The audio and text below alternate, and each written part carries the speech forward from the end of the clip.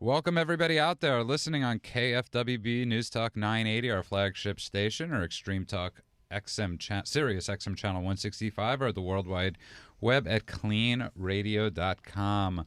My furry friend Andrew's not in tonight, but I'd like to welcome everybody out there listening. This is a show about addiction and recovery and the hope after you get sober. And this is to offer hope to people that are struggling right now. This isn't a political show, so I'm not going to get political, but I will share a little bit of my own experience very quickly.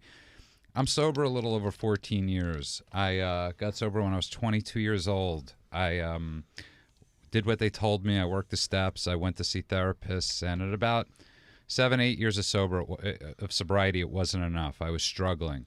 I'd be home in the day.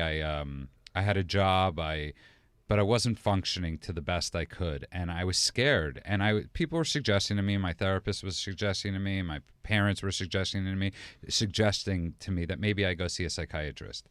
And I was scared to. I had the stigma of psychiatry, and I was scared that they were going to put me on something and I used to say, you're going to put me on this thing, and what if I have a bad reaction? Oddly enough, I was having a bad reaction because I wasn't living the way I should be living. And then finally, at about 10 years of sobriety, I decided, and I said, you know what, I'm going to go and see the psychiatrist. And I checked a couple out. I went to see one psychiatrist, and she told me that she was on meds, and I said, I don't really need to know that. So I went to see another psychiatrist, and I got put on meds. And I got to tell you, 4 years later was the greatest decision I've ever made.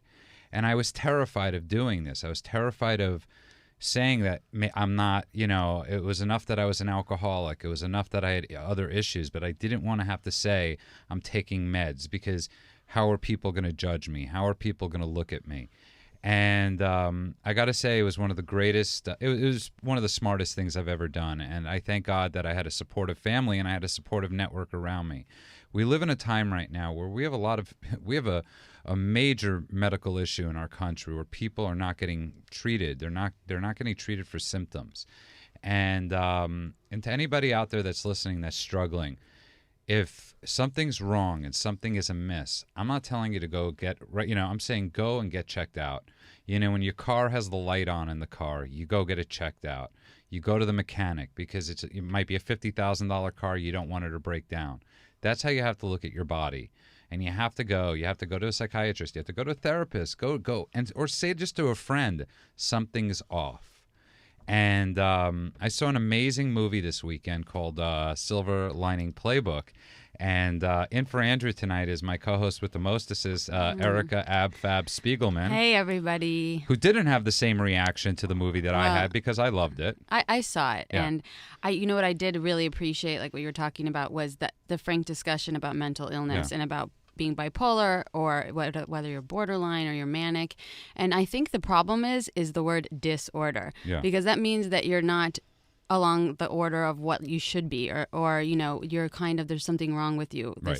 And I think that's why people are ashamed of actually speaking about their struggles. And sometimes if we could just embrace that, there is medicinal ways to get help. Right. And there's many ways, right. And it saves many people's lives Yeah. to acknowledge the fact that you're depressed, or that that you're struggling with something. Right. The movie itself, I thought it was beautifully written. Yeah. I love the acting, but I just thought the pace was a little bit You just too have slow. really bad taste. I joke. Yes. But it was an amazing, one of the loves I had of the movie. Maybe I love Bradley Cooper. I loved him too. Maybe have a little man crush going on for him. That could be. But I just like the way they dealt with That I agree with. Right. Yes. And I think that's what made me enjoy the movie even more, was this frank discussion they had. And you related. See, that's Yeah. the thing. When, especially now that you're sharing this with everybody, you related to the fact that there was some shame in you asking for help. There was some shame in you talking about taking something for it. And I'm not saying this is a magic pill. There is no magic pill. No, you have to. You have to take, if you go to a psychiatrist and he gives you medicine, you have to continue to work on yourself. This isn't like, I'm taking this pill and poof. Right. But you have to educate yourself on what it is to be depressed or bipolar. I know I've had clients that really struggle with it and they don't take their medicine. And so they act out and they have these episodes and they don't understand why. And they don't, it's really complicated. And what do you think that's from? What?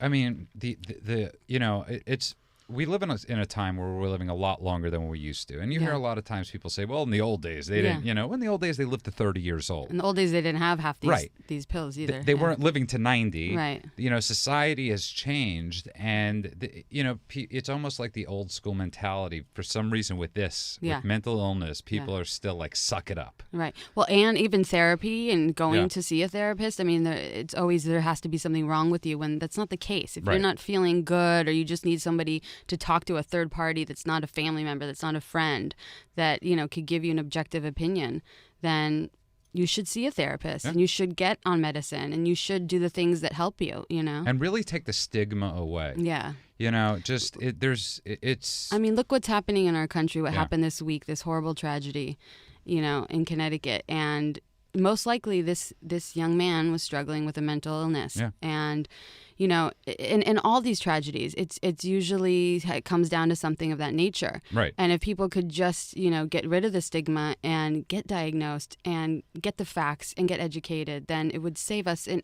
I think everybody should get on board with this. Yeah. I think it's a wonderful discussion. You know, I was listening on the way coming over here. We spend more in L.A. What was it they said? We spend more on gun control or something like that than we do on mental illness. Yeah. You know, that's how backwards we are sometimes. And it's like this should be the number one thing. People are, you know, absolutely. It's making sure in schools that the social workers are up to speed, making sure doctors are up to speed. Right. And the mental illness is not only, you know, could it be something that is genetic that you're born with, but it's also environmental. I mean, there's people, the diets people are on, the other pills people are taking for sleep medicine. I mean, ADD, all these. I mean, it's causing people to have psychotic breakdowns, basically. So I think we should change the name of it from mental illness to like mental fun. I know. You know, yeah. It's like, you I know, don't like the word illness, right. And I don't like the word, it's you know, right. It's like, disease. You know, alcoholism has sort of become sheesh and cool. It's like change it to mental-holic. You know, you'd have a lot more people coming out and being honest about it. Yeah. But here's to the thing that everybody's out there listening right now. By the way, if you just tuned in, you're listening to KLEAN Radio. Give us a call at 888-539-2980. That's 888-539-2980.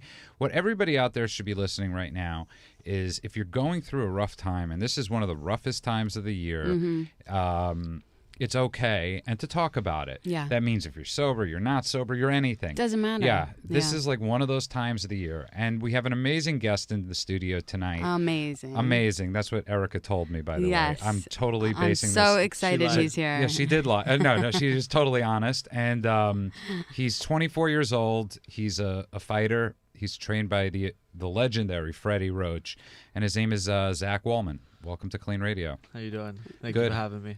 You got to pull the mic a little closer. All right. How's this? That's great. It's right in front of me now. So welcome to KLEAN Radio. Thanks for having me. You're a fighter? I'm a fighter. I'm a professional boxer. And you're also sober. I'm also sober. And how long have you been fighting? I've been fighting since I was 14. I'm 24 now. And, amazing. Yeah. And how was that? What happened? Did you stop fighting? You know, how did addiction? Oh wow. Did it get in the way, or did it? You think propelled you into? It's been a part of everything, like good and bad. Yeah. I've boxed throughout the whole story, whether I'm loaded or I'm clean. It just seems to be like my go-to. Right. I mean, I think at the end of the day, boxing is my drug of choice. Yeah. It's a healthy drug of choice. If you say so. Yeah. I mean, we'll see what I look like in 20 years, right? So it's been with me the whole time. And I've boxed clean and had amazing results, and the energy that I put out when I'm clean was what I need to have a career. And what happens when I'm trying to compete loaded is, you know, it's a shit show. And for your mental health, we just got bleeped. Yeah, no, it's regular. It's all good. Don't worry about it. It was a crap show. It's a crap and show. I think you could say that. But so you're, you know, there have been a lot of legendary boxers that have had alcohol and drug problems from Mike Tyson. I one time heard Jerry Cooney, you know, the great, you know, who was the Great White Hope, sharing that he didn't remember a lot of his bouts. You know, because he fought so high that he just, not from getting hit, and so what happened? What was the course? You're 19 years old. Yes. And how were did you fighting- find sobriety? Yeah. Or how did that get introduced to you, or how did you seek it, or was it? Some of the story was I met my father. I know my father when I was younger, but I mean, I really got reintroduced to my father when I was about 16. And I got reintroduced to him and his lifestyle, which was drugs and crime. And we ventured in that together, and we also got arrested together. Oh, wow. The only difference is that he got clean the day we got arrested, which was December 13th. So it was 7 years ago. Wow. Almost to the day. And he got clean that day, and he went to prison for some time.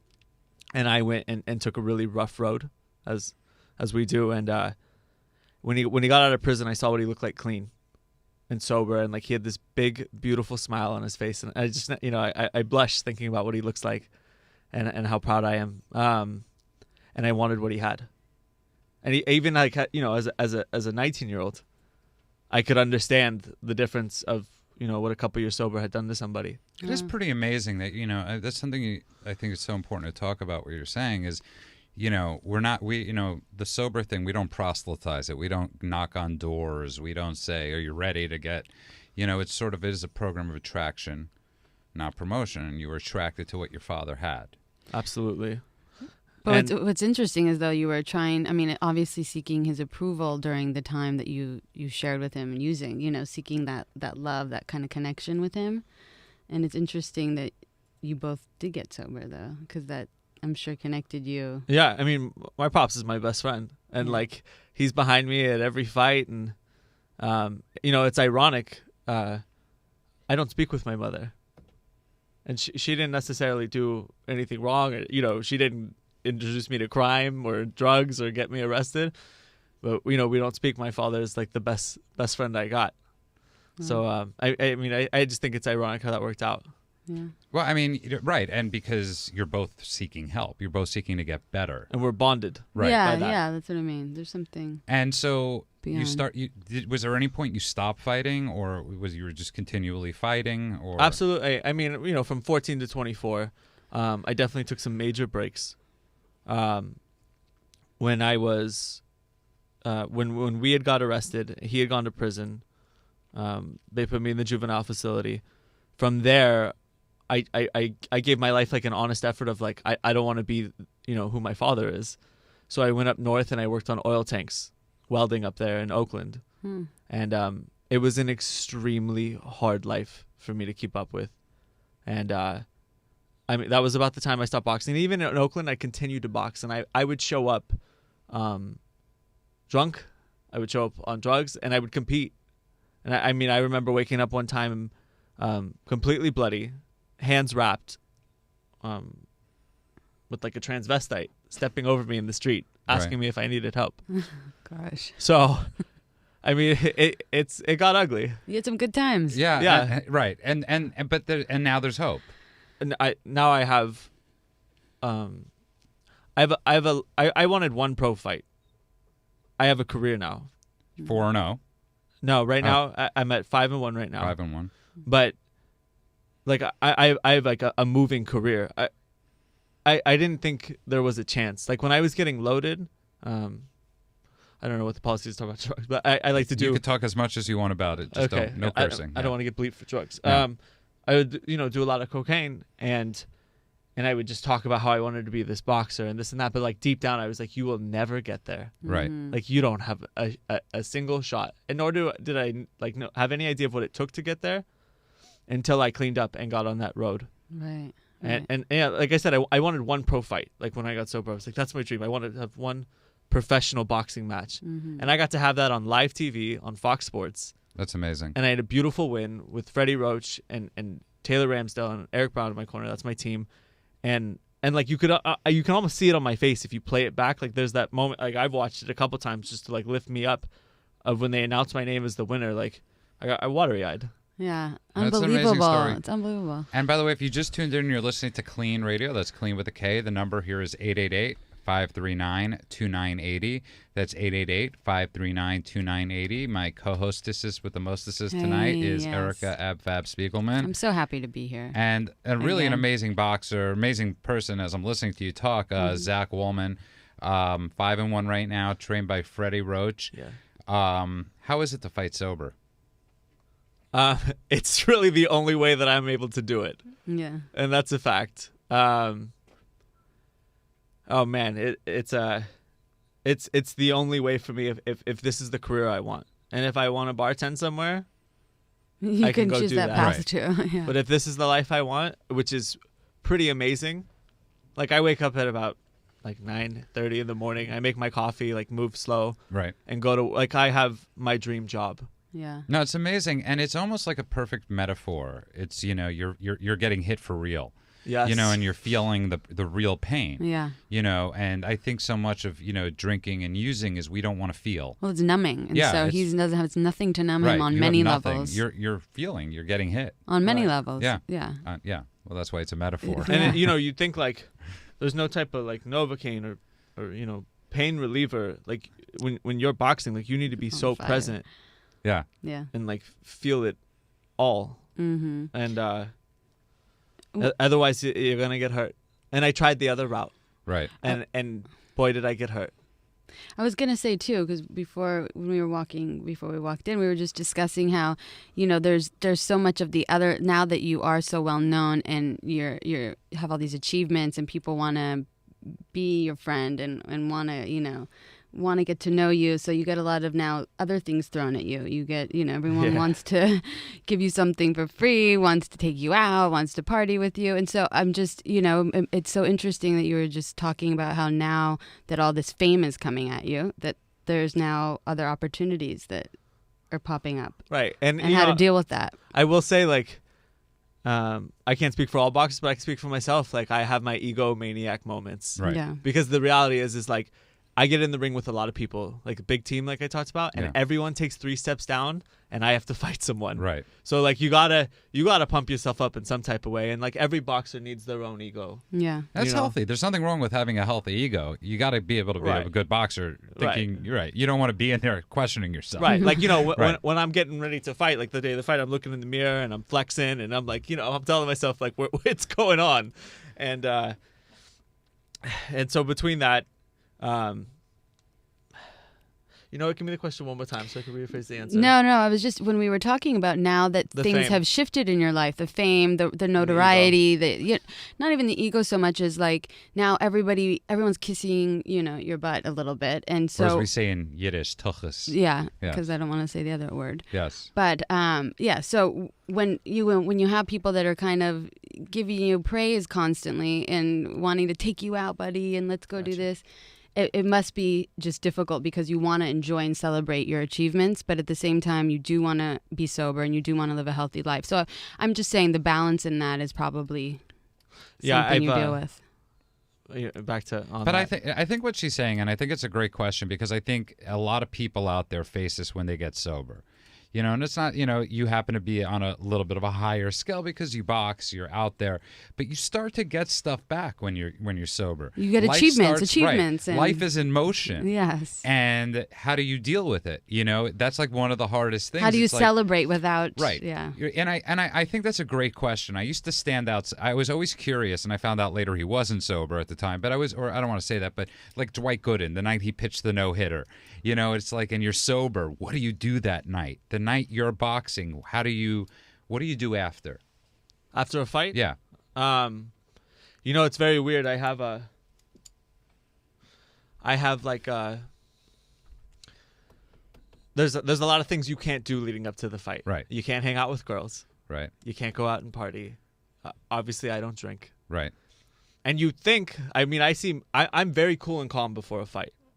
Like, I don't start banging the wall around by any means. Like, I'm a very purebred boxer. Like, I stick and move. I get out of the way. I'm not Mike Tyson. You got to know who you are. Right. So before the fight, I'm very calm, very cool. If it's time to go out, I'm going to go out. I'm going to handle my business. I'm going to get my win. And after the fight, you would think I'd want to celebrate, but I have almost like this like post-war syndrome where like my body internally is like someone really just tried to hurt you Yeah. really bad, and someone tried to take all the food out of your mouth and all your money.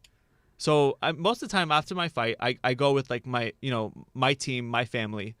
We go to like a little diner. Yeah. And I've tried to do it like, we talked a little bit earlier, and basically we were saying like, at some points I've definitely read my own press and let it get to my head. And I've planned, these like, I haven't. I've had people plan like these big club after parties for me. That's and what every I'm time I talking try to do it, like the last time I tried to plan that big club after party, I ended up getting, I didn't lose my fight, but I got 36 stitches lined in my forehead. So good times. Let's go to a call. We have Tyler from Thousand Oaks. He wants to know how Kid Yarmulke, how you stay clean and sober. Is that your nickname? Yeah, that's my nickname. Yeah. Tyler, welcome to KLEAN Radio. Hey, Tyler. Hi, thanks for having me. My question's for Zach. I just wanted to know how he stays clean and sober given the lifestyle and all the temptations that boxing has to offer. It's really hard. It's not really hard. You just have to stay tight with the people who love you. And it's funny from Thousand Oaks. I have a group of friends out that way. I've always stayed very close with them, and it's funny when I've strayed or really started screwing up my life. They've always been there to rebound me and have me. So that's just ironic. But thank you, Tyler. Actually, Tyler, let me ask you a question. Are you sober? I mean, or Sure. Okay, so this is a good question you're asking Zach. That's what I was asking. But here's the thing: would you ask that to a garbage man, let's say, that's sober? Right. Well, I wouldn't. And the reason behind that kind of idea is because with all the things that come with being a professional and, holding up a high standard, I mean, you have all these friends on social media and stuff. People are interested in what you're doing. And it seems like, there's been a couple professional athletes out there that kind of get caught up in trying to play the good guy card. Yeah, one got signed this week by the Angels. Yeah, exactly. Like Josh Hamilton, who just got signed from the Angels. And then, you end up messing around with drugs or alcohol, and then everybody finds out about it. So there's an added pressure to that. There's more eyes on him. But that's the reason I'm asking that question. I'm going to ask this to Zach, too, because I really think it's a great question. It's maybe it's like this, right? You ever notice, we look at actors, right? And there's always constant stream of actors that are getting into trouble. Right. But you never hear about Tom Cruise or Steven Spielberg's Wild Nights. And I sometimes maybe they don't have them. Right. Or maybe they just look as acting as their job. Yeah. Not who they are. And I think that's when the problem comes. It's like when Zach, and maybe I could be wrong, it's like you're a human and you happen to box for a living. Right. As opposed to you're a boxer whose name happens to be Zach. It's when we think we are our job. It's the ego. That's right. what the ego That's is when you the bad identify ego. with the I. Yeah. Could I be right? Yeah, I mean, I feel like something in boxing, it's like at the same time, you're absolutely right. I don't have to be, but I am. No. Tonight you are. Yes. But boxing is one of those things that where you have to live it. Yeah. So like, I box full time. Like I the meals I eat and to the road work on the morning and to the working out on Sundays, and I think it's a fine line, and it's also just a lot of dedication. Right. And it's very consuming, and it's very easy to like 99.9% of people come up to me and go, "Oh, you're the boxer." Yeah. Not, "Oh, you're Zach." Right. And do you box? That must be hard for you. That's the hard part, right? But how do you perceive yourself? Not to have a Barbara Walters moment here, but do you perceive yourself as Zach or do you perceive yourself as a boxer? This is just the beginning too for him. This is tough. Tyler, how do you perceive Zach? Well, I think it's really strange. When you look at professional athletes, there's so much, everyone wants to get to know the professional athlete. As we grow as a fan base, we want to know what they do, what they like, what some of their maybe trials and tribulations are. And that's the important part. That's the question that I was asking, is because, looking at Zach's history with drugs and alcohol and it being somewhat of an overcoming, this great thing that just was a turmoil in his life, and then he overcame that and is now stepping towards, all these great things and becoming a professional athlete. that's the kind of story that gets people like me motivated. It's amazing. To follow an individual. It's He's almost inspirational. like, It's inspirational. you ever see Behind the Music? He's like before the music, and the reason I say that is because Behind the Music was always after their careers had ended. You're like sort of the reverse. You're getting sober and your career is starting, and that's quite the contrast. But it's even more than just getting sober. It's committing to a different lifestyle. It's committing to evolving in his life, whether that means boxing, whether that means, I think, from what I know about him, you have a spiritual side too that I certainly do. Yeah, and you didn't know you were going to get therapy tonight, did you? I needed it. I haven't seen him in a while. I'm going to give you. Yeah, Tyler, were we able to answer your question? Yeah, that was great. Thanks, guys. And, thanks for calling. Yamaka, I'm on your team all the way, man. Thanks, my man. I appreciate it. And Tyler, listen again and give us a call anytime. All right, thanks, guys. Thank you. If you just tuned in, you're listening to KLEAN Radio. That's KLEAN with a K. We have calls lining up. The number here is 888-539-2980. That's 888-539-2980. We'll take you, Sean, in a second. We're in the studio tonight with, apparently, I didn't know this, Kid Yamaka. Sean. It's not Yamaka, is it? Yamaka. Yamaka. Okay. Yeah, that's how we pronounce it. It's what people out there that don't know, a yarmulke is a Jewish word for skull cap, and or beanie, as some people call it. I don't have any other. Also with Erica Abfab Spiegelman, actually, who's got, one of the cool things about your approach when we were talking about this is you offer this holistic approach. Right. You're not just a therapist that, you offer, it's mind, body, and spirit. In spirit. Yeah, it's all connected. It's the 12-step thing of nutrition and treating yourself. Well, physically treating yourself, mentally treating yourself, emotionally, just all of it, because we can't have one without the other. Yeah. Like if even our guest tonight, Zach, who is, we're running out of time. That.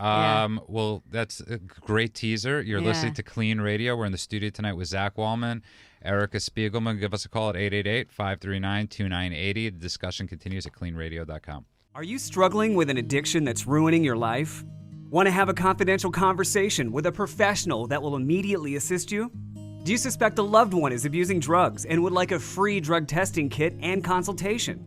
KLEAN Treatment Center is standing by right now to help those with addictions and the people who care about them. Call 888-601-6040. That's 888-601-6040. Or go to KLEAN Treatment Center, that's KLEAN with a K, KLEANTreatmentCenter.com. Welcome back to KLEAN Radio. I want to thank a lot of people. I mean, it's really amazing the emails we get, and I want to. This one of our fans, Gary St. Clair, sent us a really cool thing. We have KLEAN Radio T-shirts, and he's worn his shirt so much it's worn out, and he sent an email saying, "Can you guys send me more?" So Gary, it's on the way. You have. I love that T-shirt. Yeah, you have a couple of T-shirts coming your way, and if anybody out there wants the shirts, go to KLEAN Radio / go to Facebook / KLEAN Radio, and tell us and. Post on the wall. We really, like getting all that jazz and the support. We're in the studio tonight with Zach Kid Yamaka Wohlman and Eric Abfab Spiegelman, but Sean's been holding for a couple seconds. Okay. Let's go to Sean from Santa Monica. Hi, Sean. Hello. Hi, Sean. Welcome to KLEAN Radio. Hey, I just wanted to say, my uncle, Zach, I love you. You're an inspiration to me and my cousin. My cousin's at Bechuva right now, recovering. Thank you, Sean. What? Thank you, Sean. Yeah, no problem. I love you, man. I love you too, Sean. That's very sweet, Sean. Thanks a lot for the call. Yeah. Let's get back to talking what we're talking about, because that's amazing. So that's your nephew.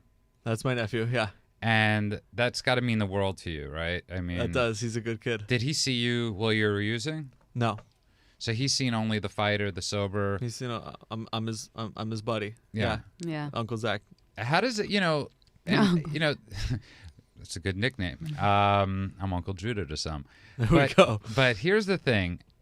You not only have the thing now of being sober. Here's the problem sometimes when you are of a different ethnicity, of a different ethnicity. That's the best word for it. You are Jewish. We're not. Is that what we're calling? We're not known anymore. 50 years ago we were known for having amazing prize fighters, but recently it hasn't been the case. Is that hard too? Being you sort of like we were talking about Jerry Cooney being the Great White Hope. that must have just been weight on that guy. I mean, and he spoke about it. He spoke about using drugs to that. Mm-hmm. Is it hard being Jewish? Because he's representing Because you're representing, and you have so many young Jews that are going to be looking up to you. I absolutely love it. Okay, that's amazing. Like I don't know if you see my stomach, but there's a big Star of David tattooed on it. He does not see your stomach now, but Yeah. Right. Yeah, I mean, I completely represent it, and that's really it. As far as the pressure goes, if you want to get to the top, either you can handle the pressure or you can't. I found out when I went pro, like I said, my pro debut was on live television. I like it, and I lucked out in that sense. I had no idea whether I was gonna like the limelight or not, and I'm okay in it. Yeah. No, I mean, I think that's absolutely amazing. And do you continuously go to meetings? What are you continuing to do to maintain that level? Not just of, because you're taking care of the physical, right? Going to the gym every day, training, eating right. How do you? But take mentally and emotionally, there has to be something. How do you find that balance? I mean, the mental and emotional comes first. Yeah. Like if I'm not mentally fit, I guarantee you my body is out of shape. Mm-hmm. Yeah. Right. And I'm not in shape to fight. Like the first thing I need to take care of, like is my brain and what's going on. And I have a lot of mentors, whether it be in the boxing gym, whether it's Freddie Roach, or whether it's my sponsor. Right. And yeah, but we were talking about this before too, how it's for him, how I always want to make sure he's emotionally okay and has support, because with all these things going on, not only are you dealing with a career that's just evolving and growing, but also you as a man, you want to have a good life and have people that love you and maintain relationships. And so it's a balance. It's a balancing act, I'm sure. Right. And, I can share that, I'm dabbing into this again of how what happened when everyone approached you and said, come party and come play. Right. And I did come party and I did come play. And at some point I said, what kind of man do I want to end up? Because this is a very short career. Right. I'm 24 years old, maybe 11 years left. And at the end of the day, all career and stuff, and this is the Zach part of it and not the boxer. What kind of man do I want to be? Right. No, it's a great question. You're 5-1 as a fighter. How did you handle the one? Oh boy.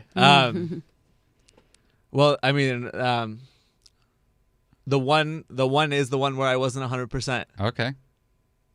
And it was the most horrifying part about the loss.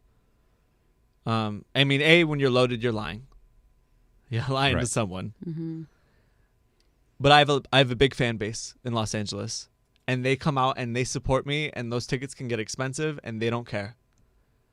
To see the look on my team, my family, and my fans' faces after I took a loss, and knowing why I lost, and them hearing my excuse because I couldn't tell them the truth, was the most pain I've ever been in. Wow. And when did this happen, by the way? This is a couple months ago. Okay. So the number here, by the way, if you just tuned in and you're listening to KLEAN Radio, that's KLEAN with a K. The number is 888-539-2980. That's 888-539-2980. We're in the studio tonight with Zach Wohlman. We're talking about a bunch of, boxer on his way up, trained by Freddie Roach. And take that aside. You were 19 when you first started getting sober. And is that the correct age? Yeah. Yeah.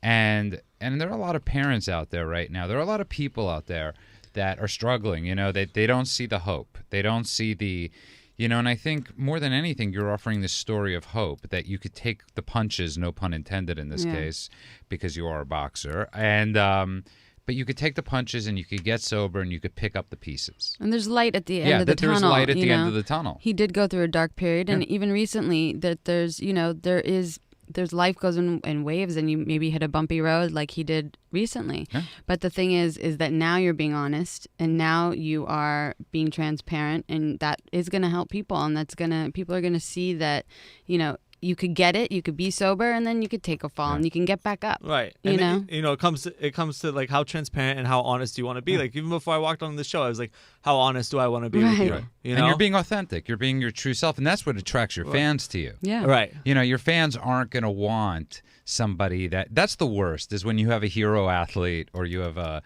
and they're look not look at all authentic. these unauthentic Right. athletes. Lance and- Armstrong. all these Right. people. That's the worst, right? Yeah. And it's like, as long as you're being honest with them through your career and through your path, and I think social media has really changed the way, people could follow you as a boxer. Right.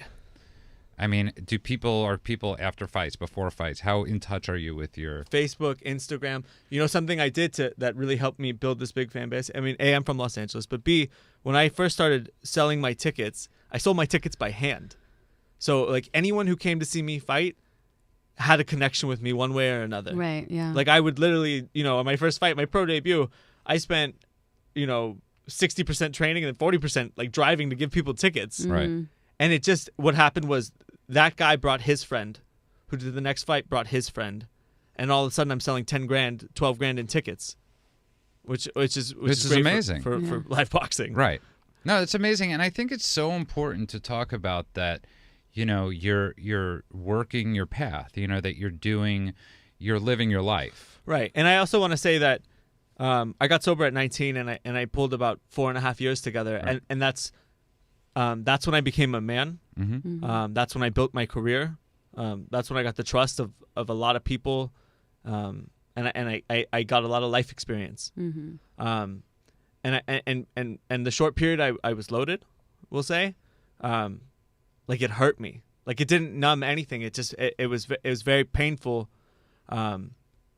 I like being sober. Right. Like, But now you can see that in Here's what I retrospect. want to say to you, and I think it's amazing that you're talking about that period, because there are people out there that feel like they have to live these lies. And that's sort of what I was talking about at the beginning of the show with mental health issues, which alcoholism is a mental health issue. Drug addiction, these are all mental health issues.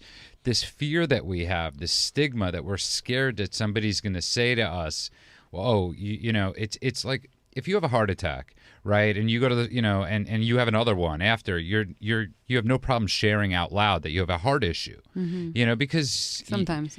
well, right, but most of the time with certain things you have no problem. Right. But with this thing, it should be no shame that that we struggle, that you had a hiccup on the road, Right.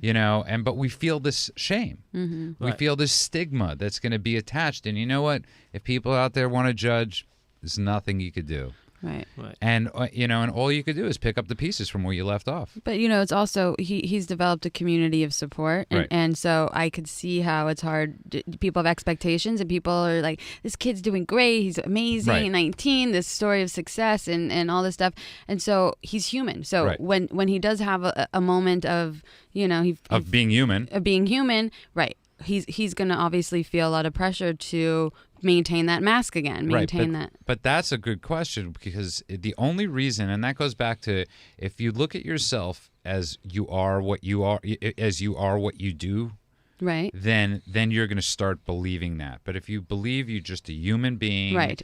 that happens to have this greatest skill, an amazing skill of boxing, Right. or of anything really, then you're not going to fall as much into that trap. Yeah, I think you have to keep, telling yourself that you are capable of success and of failure. You're a human being, and you're not perfect, and no one should expect for you to maintain a perfect life.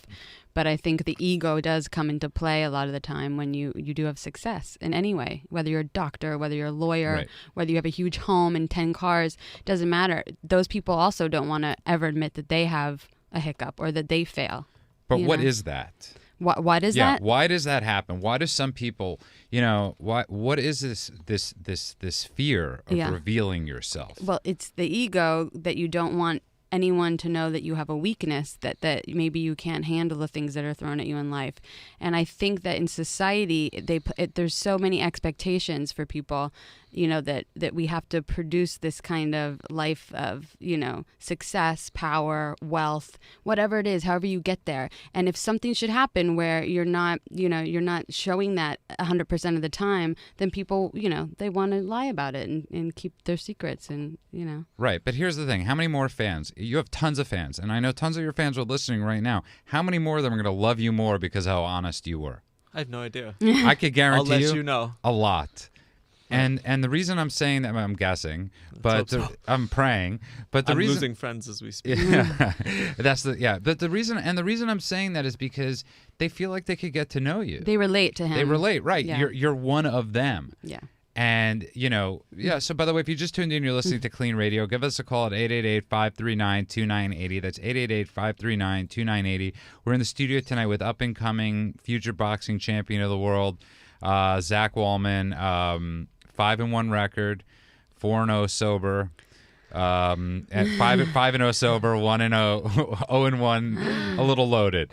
Fact. And, it takes a real man to admit that. Yeah. And the amount of people that you could help by sharing that. I mean, when I was in rehab and I heard Jerry Cooney sharing this story, and he's openly admits that he's sober, and when I heard him share that he didn't remember boxing matches, drunk, because he was so high, I that was the part that I got out of that, was his honesty of being willing to admit what was going on with him. We all want to relate to people. That's the whole thing. We don't want to feel alone in struggles. Right. And I think that's the huge thing, right? It's like, we were talking about a little bit before about this guy, Josh Hamilton, who just got signed by the Anaheim Angels, had major drug problems in his career, major crystal meth. And the Angels took a risky deal this week and signed him to like a 5-year, $120 million. Yeah, tell us. Some people may not know about 5-year, $20 million contract. Wow. This huge contract. And I got to say, it's a little risky. Yeah. Me being a sober person, I'm like, whoa. And it's because I've never felt a certain authenticity. There's no connection I have. When the New York Giants had Kerry Collins, who also had drunk, I used to wait outside Giant games after every game in the parking lot. I really did. Me and my friend Smile and Bill would wait out in the parking lot to say hello to him because we didn't want him to feel alone as everybody was walking out, going to drink or we wanted to see how he was doing. That's nice. And we became friendly with Kerry Collins, the Giant quarterback, and there was an authenticity to him. Yeah.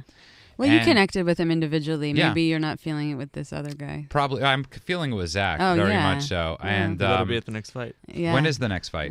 We're looking at it was going to be January 19th at the Nokia Theater, but the main event pulled out. So we're looking at early February, definitely in Los Angeles. Yeah. Been fighting in my hometown, probably Hollywood or downtown LA.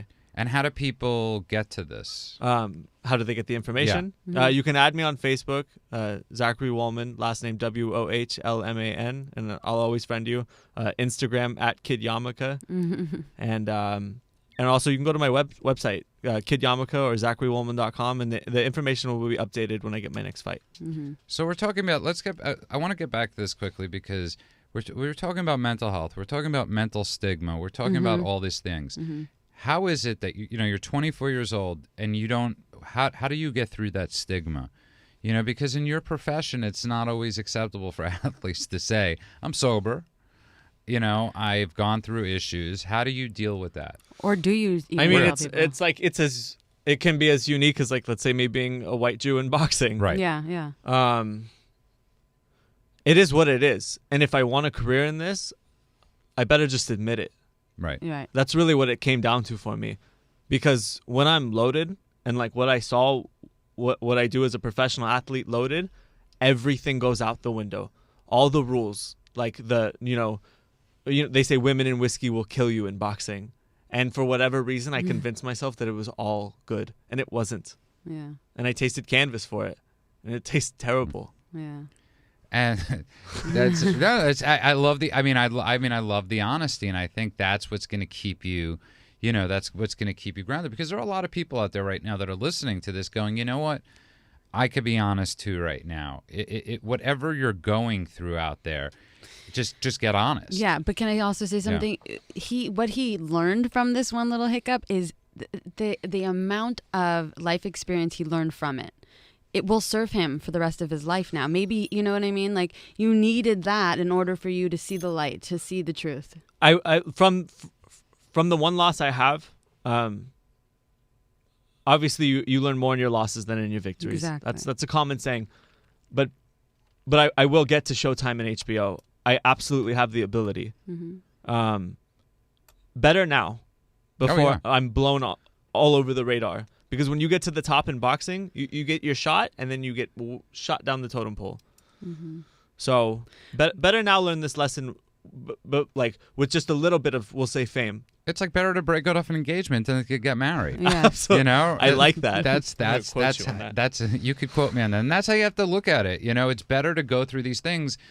we're lucky that we get to go through these things in our 20s and our teens and sort of.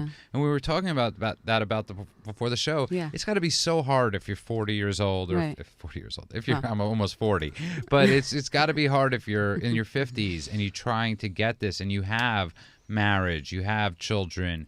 And you've got to figure out how to learn how to deal with that. We're blessed. Well, and also some people that, and I have clients that are, they're older, they've functioned, they've had jobs, careers, families, and now they've had also, on top of that, they've had a routine with alcohol, a routine with that. And it's, that's so hard when your brain is wired to, use alcohol in order to do everything, to relax, to celebrate, to mourn, whatever it is, and then relearn how to live. Versus relearning how to live in your 20s, it's it's a different. And I think process. it's also extremely healthy. You were saying that this is your addiction, boxing, and I wish more people out there, and we have would pick up the addiction of boxing, or fighting, or health, or any of these things, as opposed to what happened this past. You have a healthy aggression that you get out in a certain place. Absolutely. As opposed to, we live in a society where people are very unhealthy aggressions are coming out in Well, they're not dealing with it, yeah. Yeah. And I mean, do you have anybody that walks up to you and says, "How can you be sober and box?"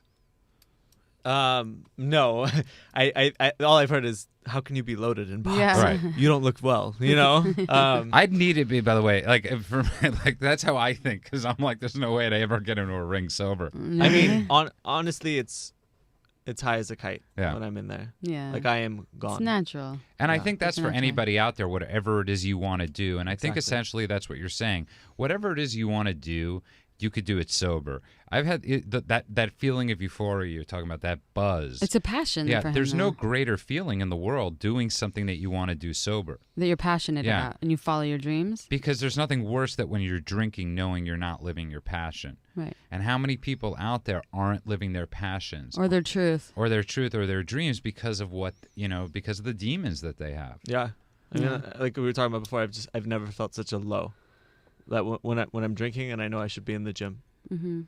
or using, or just not taking care of myself. But even not like when you're drinking and not being in the gym. I think even why you feel guilty is because you're drinking and you know you're not going to be the best human being you could be Well, that's on not. every level. I'm saying, if I'm not in the gym, I'm not being me. You're not Yeah. being authentic. Yeah, Yeah. exactly. If I'm not, Yeah. if I'm not watching boxing or involved in it, and when I'm loaded, I'm as far from the sport as I can be, or as far from the sport as I can get away with.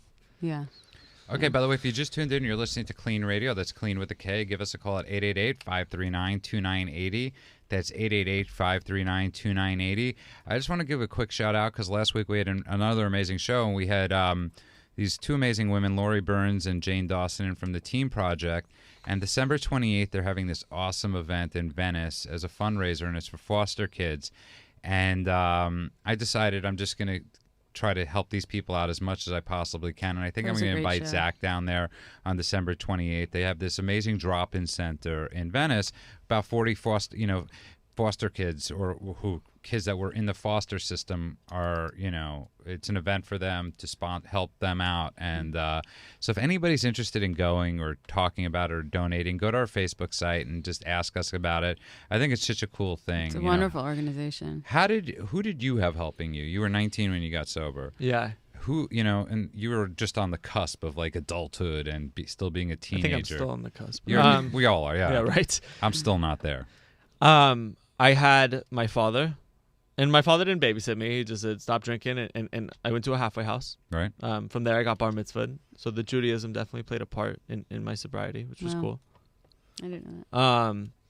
And then I had Freddie Roach. And I remember when I had 1 year sober, I walked up to Freddie, and, obviously he knew I was sober. The deal with Freddie was no drugs, no alcohol, and stay off the street. Mm-hmm. And I went to Freddie when I was about to take my year sober, and I said, Coach, I got a year clean. You want to come give me my cake on Friday? And he was like, you want me to give you a cake for not stepping into traffic?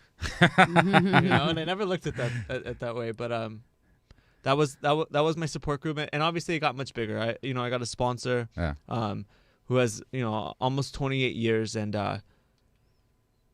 he's a professional and he's successful he's at peace with himself. And I think that's all I can look for. I got to tell you, that's pretty amazing is that you asked Freddie Roach to give you a cake. I mean, people out there listening, everybody, that's like one of those names that everybody knows. It's Freddie Roach, you know. I mean, it's just, I'm a big boxing fan. I love boxing. I hate this MMA stuff. Sorry, Patrick. I just can't stand it. I don't think it's a sport. I think it's just insane. You might not think that, but you do think that. But, I mean, it just bothers me. Boxing. I love it, and I'm proud that you're a boxer. Sorry, Patrick. Yeah. Let's go to one last call. We got Josie from Los Angeles. Welcome to KLEAN Radio, Josie. Hi, Josie. Hi. How are you? Good. How are you? Good. So I had a question for Zach. Yes. I wanted to ask, what stigmas have you experienced in terms of in the boxing world and outside of the boxing world when you revealed to everybody that you were an addict and you were trying to get sober? How did they react, you mean? Yeah. What? Will you define stigma for me? Anyone in the room is fine. No, like how did Did people treat you differently? The stigma of having like you're an alcoholic. Did or people you're not invite you out? Did people? Yeah. No, I'm not the first boxer to go through this. That was labeled. That basically someone that's labeled as whatever. I mean, it's what's called like a poor man's sport. Right. So, I'm not the first alcoholic in boxing. But you know what? You are I've never. I mean, I got to say, I don't know many boxers that are sober while they're still fighting have come out and spoken about it. That I haven't heard of. Right. I mean, do you know of other fighters? You don't have to say their names. It makes him unique. Yeah, I mean, I know I tested the waters. Right. It didn't work out. Right. But so after they've gone through it, like De La Hoya and all that stuff. Of course. We know, but De La Hoya's done fighting. You're in the mist. Okay. Yeah. I that is new. The stigmas is, you know what? I had from 19 to 24, I was sober, and I'm very comfortable because when I'm sober, I'm authentic, and I am very comfortable in person. Like I'm more socially awkward loaded than I am sober. Like that makes two of us. I can go out and have a blast and be present and be there and be funny and have a great time. And when I tell someone I don't drink, I mean usually from the conversation leading up to that, everyone's okay with it. Because it's not like this guy's going to, sit against the wall and be silent. That's a great point. And that's actually a great question, Josie, because what you just said, one of the things I was saying to Tyler before is, you're a boxer, Patrick's a video guy, Eric is a therapist. But we all share one thing in common: we don't drink. Right? So it's we constantly get into that thing when somebody says to us, "Oh, you don't drink." Most people are perfectly fine with it. Well, I mean, it's interesting that he was so young and owned who he was and was not ashamed of it, because a lot of people do struggle with saying that out loud for a long time. But what is that? That's the stigma. That's the stigma of having a label, like whether mental health. Yeah. That's the stigma in our country of course, saying because out they call loud, it a disease, and so they call it a disorder, and they call it these negative words instead of calling it negative words, and you use a holistic approach to it and not label everything with such a negative connotation, Josie, you have any good words that can label somebody? In a good way? Yeah, in a good way. How do we change it? Yeah. I think we have to. It really is the name, though. It sounds bad. Drug addict. It's a word. It's a word. It sounds. It's like, let's just call you have them a disorder. That sounds, or like you're. It's so punishing. You're like you're a druggie, or like I'm just not good at it. Yeah, seems to that's work right. for me. You're right. Yeah, you have no drug skills. Right. You drink better than me. Yeah, but you know what I'm saying. Do you think that has a lot to do with it? Is the way we name things? Yeah, I do. Josie. Absolutely. I mean, and something that we've been talking about throughout the show. You've been talking about things being labeled disorder. Having that negative connotation to it. Right. And perhaps we should start naming things in a way where it shows some sort of a positive potential. I mean, absolutely. I like. You have recovery. You have sober potential, my friend. Josie, we got to go. We're running out of time. Thank you for the call. Zach, thanks, what were you gonna Josie. say? But I also want to say, you can name it what you want, but it shouldn't be babied. Right. Because like Freddie said, you want me to give you a cake for not stepping into traffic. Right. But that's Freddie Roach. He's tough with me, but he's got a great point. No, he does. Yeah, you're right. yeah. You're completely right.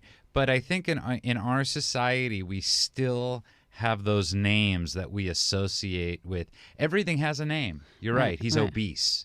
I say pleasantly plump. It's these negative. It's these negative connotations. It is, and have... people are living in shadows with these stigmas of names, and it's time we come out, and it's just that's why you don't always have to say, if you had a problem with drugs and alcohol, you don't have to constantly make that who you are in the present. And also when someone if that situation comes up and Zach, what do you want? Can I get you around? It happens all the time. Mm-hmm. I don't drink. I don't need to say I'm an alcoholic and what's going to happen is I'm going to drink. I'm going to go in the bathroom, sort of a bunch of coke, and yada yada yada. It doesn't need to come out of my mouth. I don't drink. You don't need to say to them, what happens to me when I drink? And flex. Right. And nobody wants. Right. And but it's also, you're right. I think a lot of this has to do with you've owned what you are, you've owned who you are, and you're becoming content as a human being. Mm-hmm. Right.